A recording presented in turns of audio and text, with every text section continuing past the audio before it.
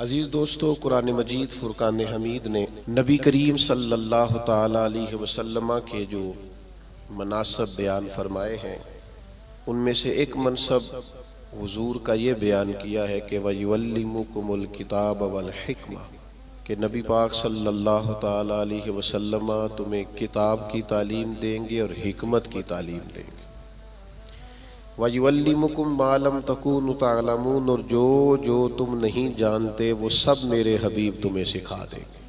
نبی پاک صلی اللہ تعالی علیہ وسلم معلم کائنات بن کر دنیا میں تشریف لائے۔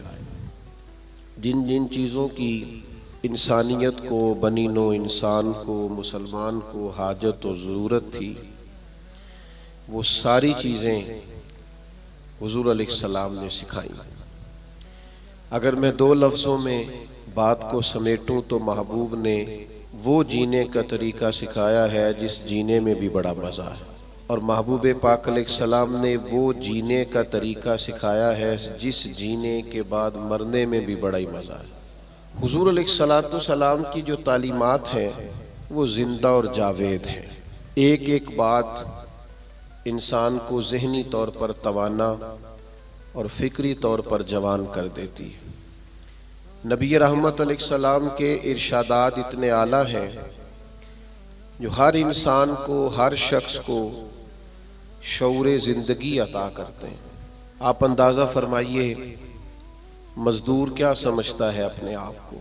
وہ سمجھتا ہے میں نہایت غریب آدمی ہوں، صبح جاتا ہوں، مشقت کرتا ہوں، پسینے میں شرابور رہتا ہوں، ہاتھوں پہ چھالے پڑ جاتے ہیں۔ لیکن اگر حضور علیہ السلام کی تعلیمات کو دیکھا جائے تو حضور فرمانے لگے سب سے بہترین کھانا ہی وہ ہے جو تو اپنے دو ہاتھوں کی محنت سے کما کے کھاتا ہے۔ نبی کریم علیہ السلام نے اس کو اتنی عزت دی کہ مزدور کو فخر ہونے لگا کہ میں مزدوری نہیں کر رہا، میں تو بڑا عظیم آدمی ہوں۔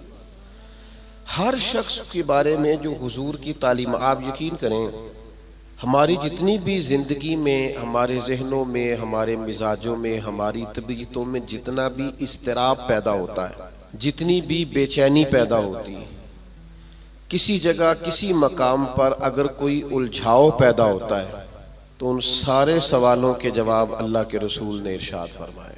ہم چونکہ کتاب و سنت کی تعلیمات کے معاملے میں بہت گہرا اترتے ہی نہیں، زیادہ توجہ ہی نہیں کرتے، انہماک کے ساتھ ان چیزوں کو لیتے نہیں، ورنہ ایک ایک پہلو پر حضور نے تعلیمات بیان فرمائی۔ اور پھر اس کے ساتھ ساتھ جو کمال ہے وہ یہ ہے کہ محبوب کریم نے صرف کتاب کی تعلیم نہیں دی، حکمت بھی سکھائی۔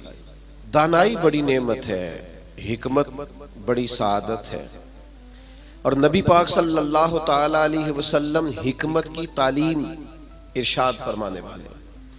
ہمارے ہاں نہ جلد بازی، بے چینی، بے قراری اور فیمس ہونے کا شوق اور آگے بڑھنے کا شوق اور اپنی زندگی کے اندر طرح طرح کی انسان کی اچھلتی اور مچلتی خواہشات، یہ اسے حکمت سے دور کر دیتی ہیں۔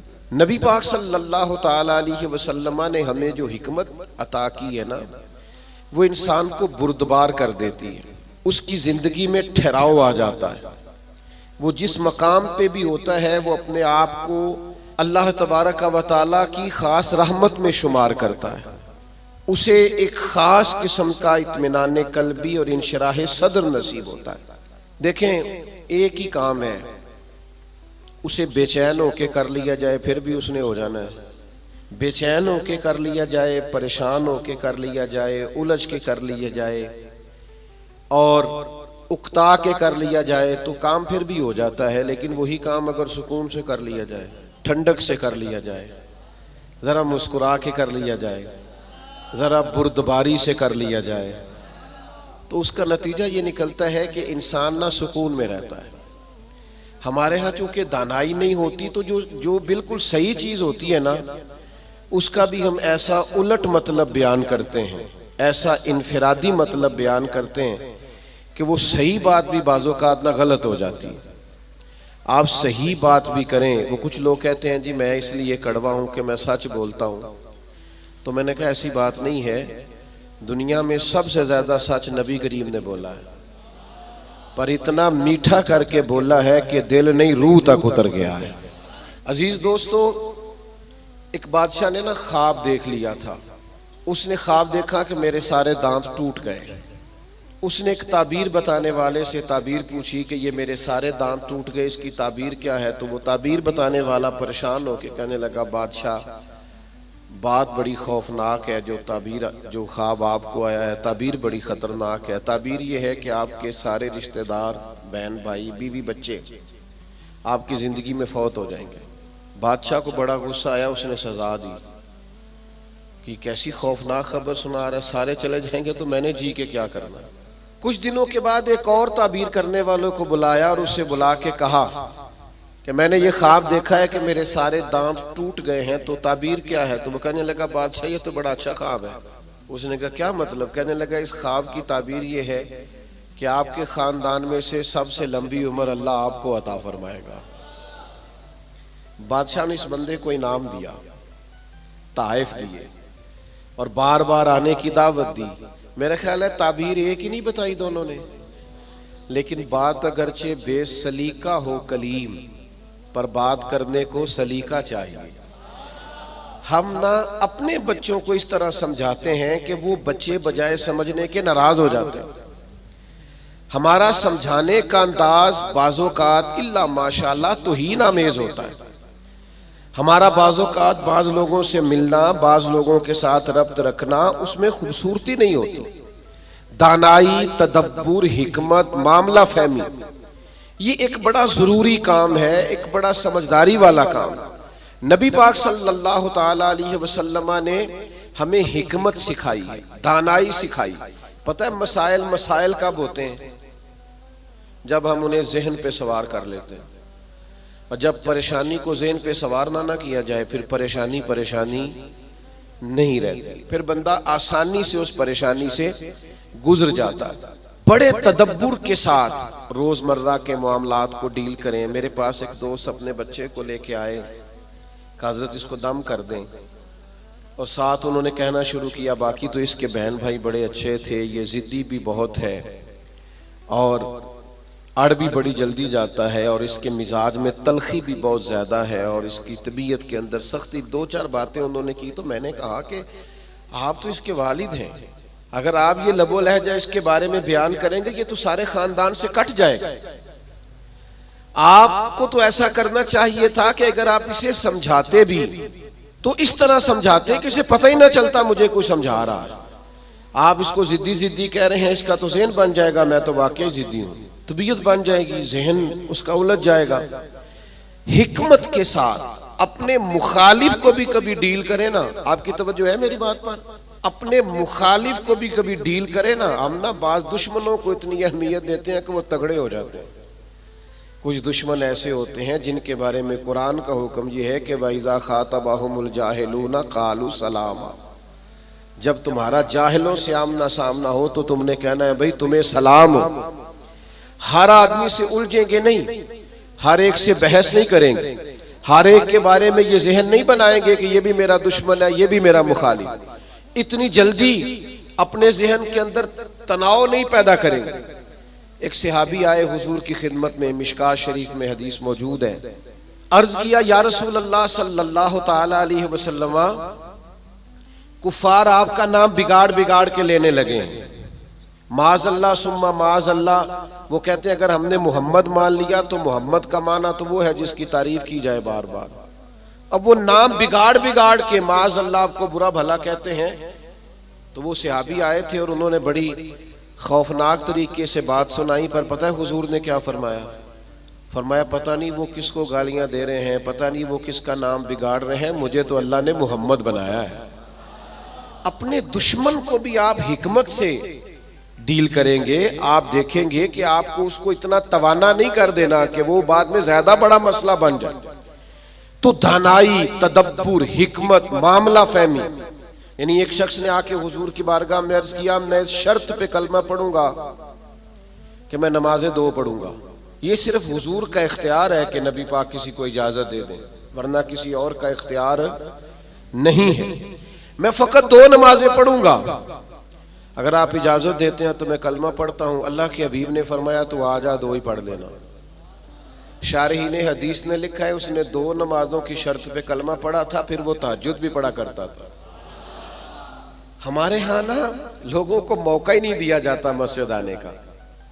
یہ کبھی کبھی کچے نمازی آتے ہیں نا رمضان شریف میں، تو پکے نمازی انہیں گھورتے ہیں، کہتے ہیں تسی آ گئے ہو فصلی بٹیرے. اور بھئی ان بچوں کو آ تو لینے دو اور دعا کرو یا اللہ مسجد آ گیا ہے، اب مہربانی فرما اس پہ رحمت کر، اسے پکا نمازی بنا دو. لیکن وہ دانائی، وہ خاص حکمت، وہ معاملہ فہمی، وہ حسن جو نبی پاک علیہ السلام نے ہمیں دیا ہے، ہمیں اس معاملہ فہمی کو سمجھنا چاہیے، ہمیں موقع دینا چاہیے.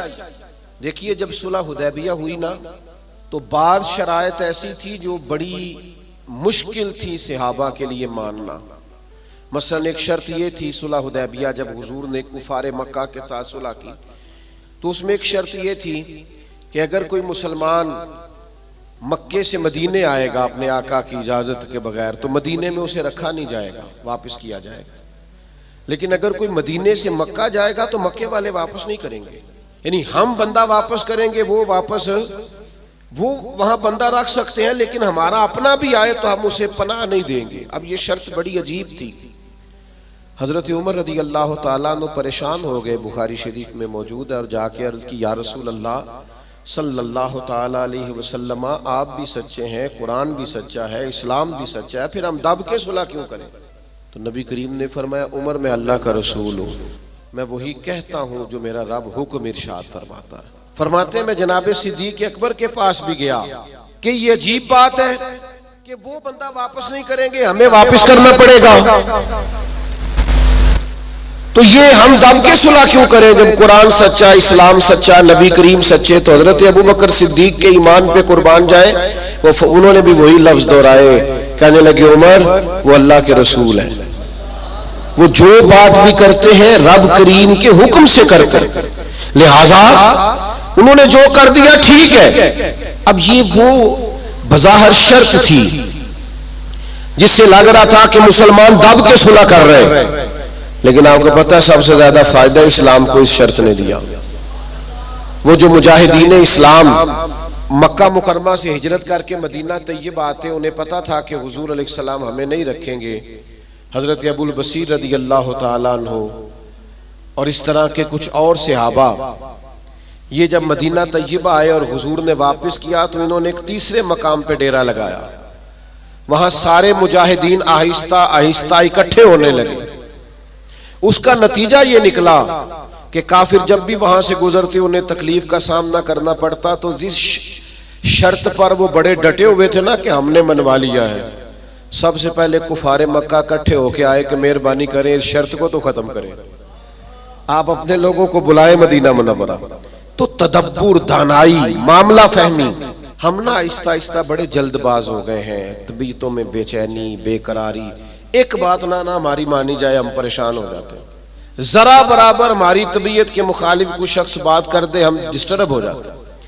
ہمارا ماحول اس قدر زیادہ پیچیدہ ہو جاتا ہے ذہنی کہ جو بڑے بڑے باصلاحیت لوگ ہیں، بڑے بڑے باشعور لوگ، وہ بھی حکیم نہ ہونے کی وجہ سے، دانا نہ ہونے کی وجہ سے اپنی صلاحیتوں سے کوئی فائدہ نہیں اٹھا سکتے.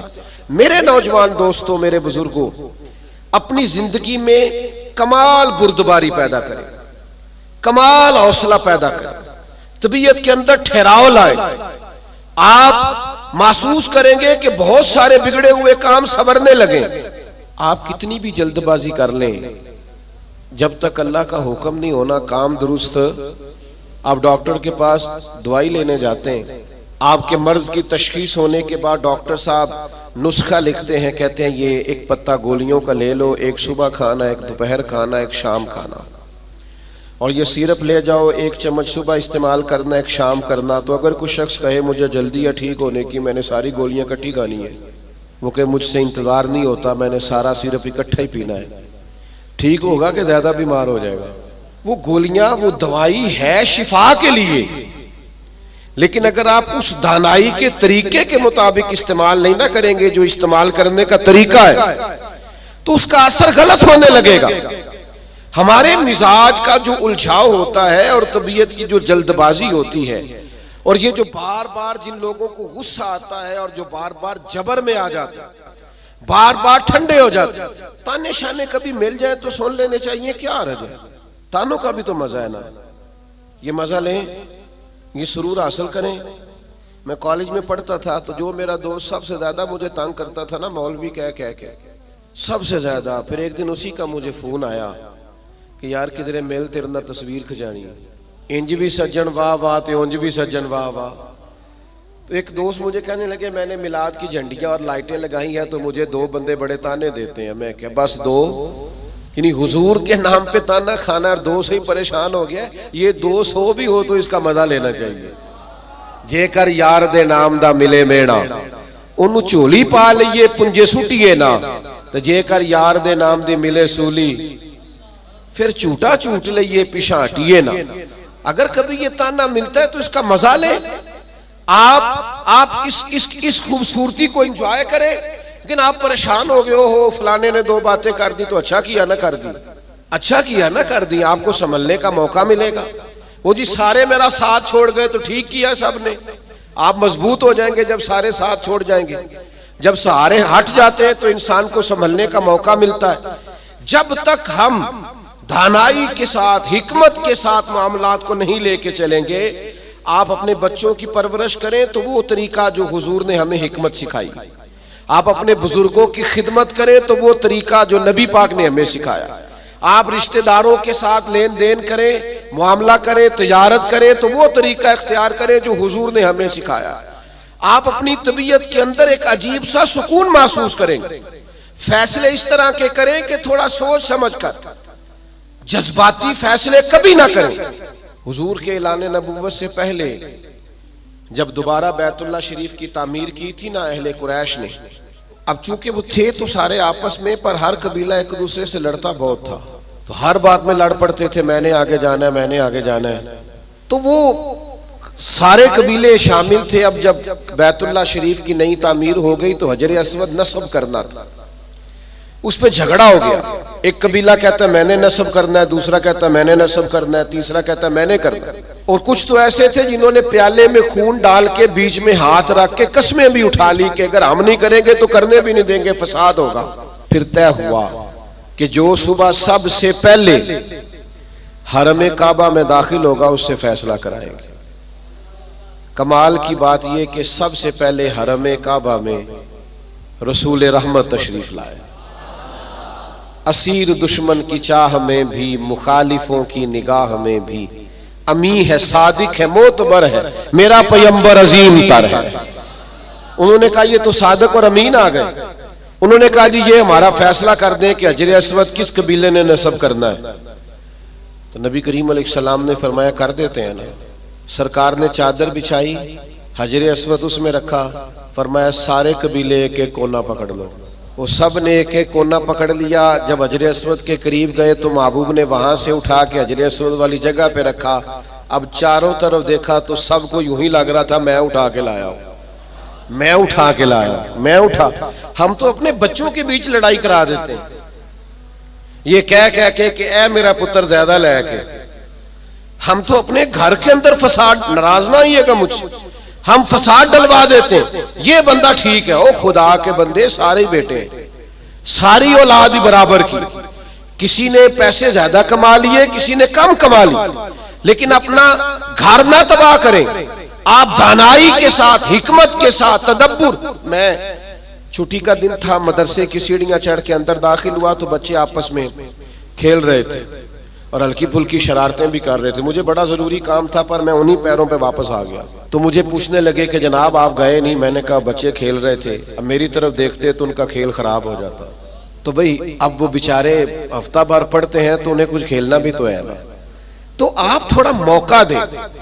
ہر معاملے میں، ہر جگہ جذباتیت کا شکار ہو جانا، الجھ جانا، غصہ کرنا، حضور علیہ السلام نے اسے پہلوان کہا ہے جو اپنے آپ پہ کنٹرول رکھے۔ فرمایا وہ پہلوان ہے جسے اپنے غصے پر کنٹرول ہو، اپنے آپ کو سنبھالے سارا کچھ ٹھیک ہو جائے گا، اپنے جذبات کو سنبھالے سارا کچھ ٹھیک ہو جائے گا۔ یعنی آپ بلا وجہ کسی کے بارے میں کہہ رہے ہیں کہ وہ بڑا ہو گیا ہے، وہ اب مشہور ہو گیا ہے، وہ اب آگے نکل گیا ہے، وہ میری بات نہیں سنتا. ایسا نہیں ہے، کچھ تو مجبوریاں رہی ہوں گی. یوں ہی کوئی بے وفا نہیں ہوتا. آپ تھوڑا سا نا موقع دیں، آپ چیزوں کو سمجھیں اور تھوڑا نا اپنے اوپر توجہ دیں کہ میں نے اپنے آپ کو کنٹرول میں رکھنا ہے، میں نے اپنے آپ کو سمجھانا ہے. بڑے بڑے مہنگے مہنگے ہوٹلوں میں لوگ جاتے ہیں اور دوسروں کو جاتا دیکھ کر پریشان بھی ہوتے ہیں. مجھ سے ایک دوست نے پوچھا آپ نے بڑی جگہ دیکھی، مزہ کہاں آیا؟ میں نے کہا وہ جب اماں نہیں ہانڈی پکاتی تھی اور کہتی تھی کہ کھانا لے کے آیا نہیں جاتا، یہ بیٹھنے کے لیے کوئی چیز لے لے اور یہاں میرے قریب ہی آ جا. اور پھر وہ سالن دیتی دفعہ یہ بھی کہتی تھی اکو باری ملنا ہی دوبارہ نہ منگی. وہ جو لطف ہے وہ دنیا کے کسی 5 سٹار ہوٹل میں میسر آتا. آپ جس حال میں ہیں اس میں راضی رہیں، اپنے کلچر سے، اپنی تہذیب سے، اپنے آپ سے پیار کریں. بھئی جس کو اللہ، وہ جی میرا کوئی رشتہ دار نہیں، جس کو اللہ نے تیرا چاچا بنایا تو کیسے انکار کرتا ہے؟ جس کو اللہ نے تیرا ماموں بنایا تو کیسے انکار کرتا ہے؟ جس خاندان کو اللہ نے تیرا خاندان بنایا، رب نے بنایا، یہ تیری مرضی. اللہ نے جہاں جہاں پیدا کیا. الجھے نہیں، پریشان نہ ہو، اپنے آپ کو تکلیف میں نہ ڈالیں، بڑی سمجھداری کے ساتھ. پتہ ہے آپ کو لوگ جب لوگوں کو پریشان کرتے ہیں تو پریشان کر دیتے ہیں، چڑھا چڑھا کے پاگل کر دیتے ہیں. وہ لکھا ہے شیخ نے کہ ایک تاجر کی دکان بڑی اچھی چلتی تھی تو باقی تاجروں نے سوچا کہ اسے کسی طریقے سے بیوقوف کر دیا جائے، معاذ اللہ استغفر اللہ، سازش کی. وہ صبح صبح جب دکان کھولنے کے لیے آیا تو اس نے سفید امامہ پہنا ہوا تھا اور اس نے نیلے رنگ کا سوٹ پہنا ہوا تھا. تو پہلا تاجر ہی اسے دیکھ کے کہنے لگا ماشاءاللہ سفید لباس پر آپ کا یہ کالے رنگ کا امامہ کتنا پیارا لگ رہا ہے. اس نے کہا پاگل ہو گئے ہو، میرا تو یہ سفید رنگ کا ہے. تیسرا بھی ملا تو اس نے کہا کالے رنگ کا امامہ کیسے لگ رہا ہے؟ اس نے یہاں سے آگے کر کے دیکھا کہ تو وائٹ ہے. پھر اس نے کہا، چوتھے نے کہا، پانچویں نے کہا، تو بندہ ذہنی طور پہ الجھ گیا. اتنا الجھا کہ سارا دن دکانداری نہ ہو سکی، بلکہ بعض نے لکھا کہ اس طرح کے لوگ تو دیوانے ہو جاتے. تب وہ ایک سیانے بندے کے پاس گیا، اس نے کہا کہ جناب میں ذہنی طور پہ پریشان ہوں، گاہکوں سے بھی لڑتا ہوں، آزمائش بڑی ہو گئی ہے، مسئلہ کیا ہے؟ تو انہوں نے کہا اصل میں تو نے مخالفوں کی باتیں توجہ سے سننی شروع کر دی. ہاں مخالفین کی وہ بات توجہ سے سننی چاہیے جو ہماری وہ غلطی بیان کرے، لیکن وہ باتیں جو چڑھانے کے لیے اس سے صرف نظر کیا جائے. اپنے آپ کو آپ کنٹرول میں رکھیں. یہ نبی پاک علیہ السلام کی دی ہوئی ہمارے لیے حکمت ہے. میں دوستوں سے کہا کرتا ہوں میلاد آئے نا تو میلاد میں محو ہو کے میلاد منایا کرو. آپ کے ذوق شوق کا بڑا اثر ہونا ہے دوسروں پر. اب ساری زندگی دلیلیں پوچھتے رہنا ہے میلاد کی، اب عمر گزر گئی، اب تو طے ہے ساری چیزیں، اب تو صرف ذوق کی ضرورت ہے. کون کتنے پیار سے کرتا ہے، کتنے شوق سے کرتا ہے، اس شوق کی حاجت. تو دانائی حکمت جو نبی کریم نے ہمیں عطا کی ہے، اس حکمت کو سمجھیں. بہت زیادہ معاملہ فہمی کے ساتھ چیزوں کو لے کے چلیں. جب نبی پاک علیہ السلام نے مکہ مکرمہ پر حملہ فرمایا، فتح مکہ ہوا، تو حضرت سعد بن عبادہ رضی اللہ تعالیٰ عنہ کے پاس جھنڈا تھا. علم بردار تھے حضرت سعد بن عبادہ، جس کے پاس جھنڈا ہوتا تھا وہ سب سے آگے ہوتا تھا. تو حضرت سعد بن عبادہ سب سے آگے تھے اور قائد تھے. انہوں نے کوئی ایک ایسی بات کر دی جو پالیسی کے خلاف تھی. تو بعض لوگوں نے احتجاج کیا کہ ان سے جھنڈا لے لیا جائے. اب ان کی کوئی ایسی بڑی غلطی بھی نہیں تھی، بلکہ غلطی نہیں تھی سرے سے. جھنڈا ان سے واپس لینا پڑ گیا، لیکن بندے بڑے حساس تھے، دین کے لیے ان کی خدمات بہت زیادہ تھیں، ان کی زندگی کے اندر یہ خوبصورتی تھی کہ ہمیشہ وفادار رہے. وہ ان سے جھنڈا واپس لینا ہے. صحابہ نے عرض کی یا رسول اللہ اب کیا کریں گے، بندہ بھی بڑا حساس ہے اور موقع ایسا آ گیا ہے. تو نبی کریم نے فرمایا لے لیں گے جھنڈا، کچھ بھی نہیں ہوتا. یا رسول اللہ ایک شخص کو منصب سے ہٹانا ہے تو پریشان تو ہوگا نا. فرمایا کچھ بھی نہیں ہوگا. اب لوگوں نے دیکھا رسول پاک کی کمال حکمت کو، اب لوگوں نے دیکھا وہ میلاد والے محبوب کی دانائی، وہ تدبر، وہ کمال، وہ فراست، وہ علم، وہ بردباری، وہ چیزوں کو پوری گہرائی سے لینا. نبی کریم نے حضرت سعد بن عبادہ کو بلایا اور بلا کے فرمایا بھی میرا ارادہ بن کے آپ سے جھنڈا لے لیا جائے. تو عرض کی یا رسول اللہ صلی اللہ علیہ وسلم جیسے حکم، لیکن ساتھ ہی حضور فرمانے لگے بنا ارادہ یہ ہے کہ آپ سے لے لیا جائے اور آپ کے بیٹے کو دے دیا جائے. دنیا میں باپ سب سے زیادہ تب راضی ہوتا ہے جب وہ سمجھتا ہے میرا بیٹا برابر کا ہو گیا ہے، اب میری سیٹ پہ بیٹھ، جس بات سے انہوں نے ناراض ہونا تھا اسی بات سے وہ سب سے زیادہ راضی ہو گئے. یا رسول اللہ میرے بیٹے کو ملے گا. تو میرے عزیز معاملہ فہمی، تدبر، حکمت یہ نبی کریم نے ہمیں سکھائی ہے. آپ اپنے دوستوں کے درمیان، اپنے گھر کے درمیان، اپنے ماحول کے بیچ اس طرح کے دانا ہو جائیں کہ کبھی بھی آپ مایوسی نہ پھیلنے دیں. کوئی کمزور ہو رہا ہے، کوئی الجھ رہا ہے، کوئی غربت سے، بیماری سے، آزمائش سے پریشان ہے، تو آپ اس قدر دانائی کا مظاہرہ کریں کہ لوگوں کو سکون نصیب ہونا شروع ہو جائے. لوگ وہاں سے نکلنا، ہمارے بزرگ فرمایا کرتے کہ اگر تم سے کوئی تلخ بولتا ہے نا تو یہ نہ کہا کرو متکبر بہت ہے، کہا کرو ہو سکتا ہے بیچارہ بڑا پریشان ہو سکتا ہے بیمار ہو سکتا ہے کہیں کمزوری آ گئی. جب تک آپ دانائی کے ساتھ چیزوں کو نہیں لیتے، حکمت کے ساتھ آپ معاملات کو نہیں دیکھتے، اتنی دیر تک چیزیں بہتر نہیں ہو سکتی. آپ اس دانائی کے ساتھ چلیں گے، تدبر کے ساتھ چلیں گے، حکمت کے ساتھ چلیں گے تو آپ محسوس کریں گے. آپ دیکھیے نا کون سا ظلم ہے جو مکہ مکرمہ میں صحابہ کرام پر نہیں ہوا.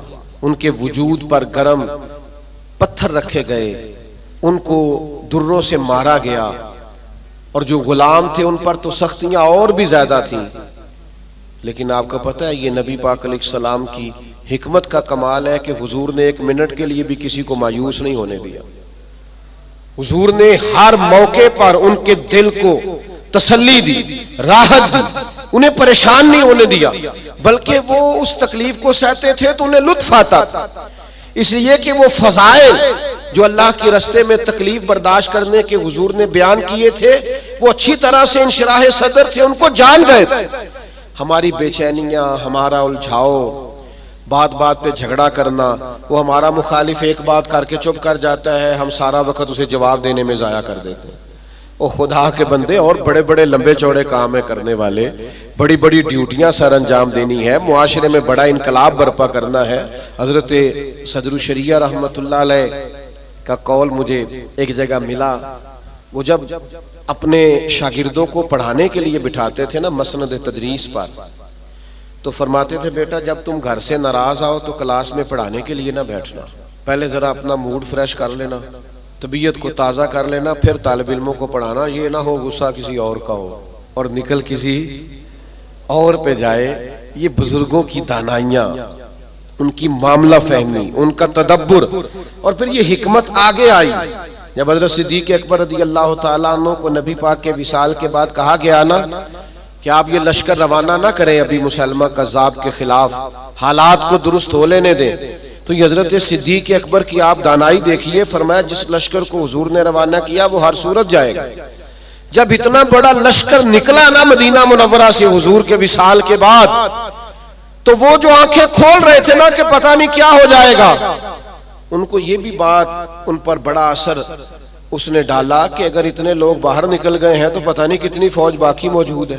وہ ان کو احساس پیدا ہوا آپ کی کمال دانائی، فہم و فراست، اس نے حالات بدل کے رکھ دیے. تو نبی پاک نے ہمیں علم سکھایا، حضور نے ہمیں حکمت سکھائی. نبی پاک صلی اللہ تعالی علیہ وسلم نے زندگی میں ٹھہراؤ لانے کے ہمیں طریقے بتلائے. نبی پاک علیہ السلام نے ہمیں بردبار کیا، لیکن ہم اس قدر زیادہ آزمائش کا شکار ہیں.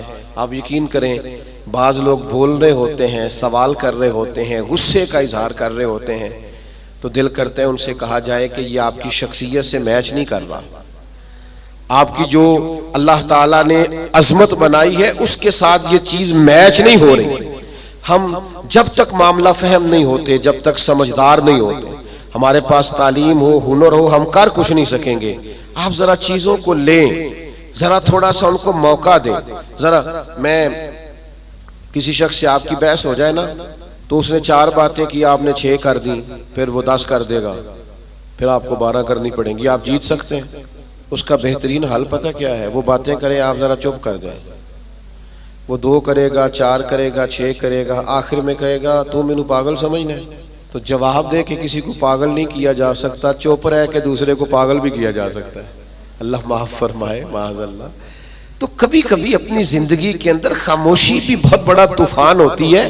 فٹافٹ پر وہ بہت سارے لوگ ہیں وہ کہتے ہیں جی میں اتنے اچھے اچھے کام کرتا ہوں تو دیکھیں لوگ توجہ نہیں کرتے. تو میں کہتا ہوں لوگوں کے لیے کرتے ہو تو پھر لے لو داد, اور اگر اللہ کے لیے کرتے ہو تو پھر اس کا تو پتہ صبح قیامت چلے گا کہ مالک کیا اعزاز دیتا ہے. اپنے آپ کو سکون میں لائیں, بردبار بنے. کریم محبوب نے بردباری سکھائی, اور علم کا رستہ اختیار کریں, سمجھ کا رستہ اختیار کریں. آپ جب تک راہ علم پر نہیں چلتے, ایک ایک بات کو سیکھنا شروع نہیں کرتے, اتنی دیر تک آپ کو آسانی نہیں ملے گی. ایک میری آپ سے گزارش ہے بات سمیٹنے سے پہلے, پورا مہینہ میلاد پاک کا درود پڑھ کے گزاریں. موبائل رکھے ہوئے نا آپ سب نے ماشاءاللہ, ایک ایک تسبیح بھی ساتھ رکھ لیں. یہ جس طرح موبائل ہاتھ میں ہو تو چلتا نہیں رہتا, تسبیح ہوگی تو وہ بھی چلے گی انشاءاللہ. درود پاک پڑھیں, میلاد شریف پہ غربا سے خاص پیار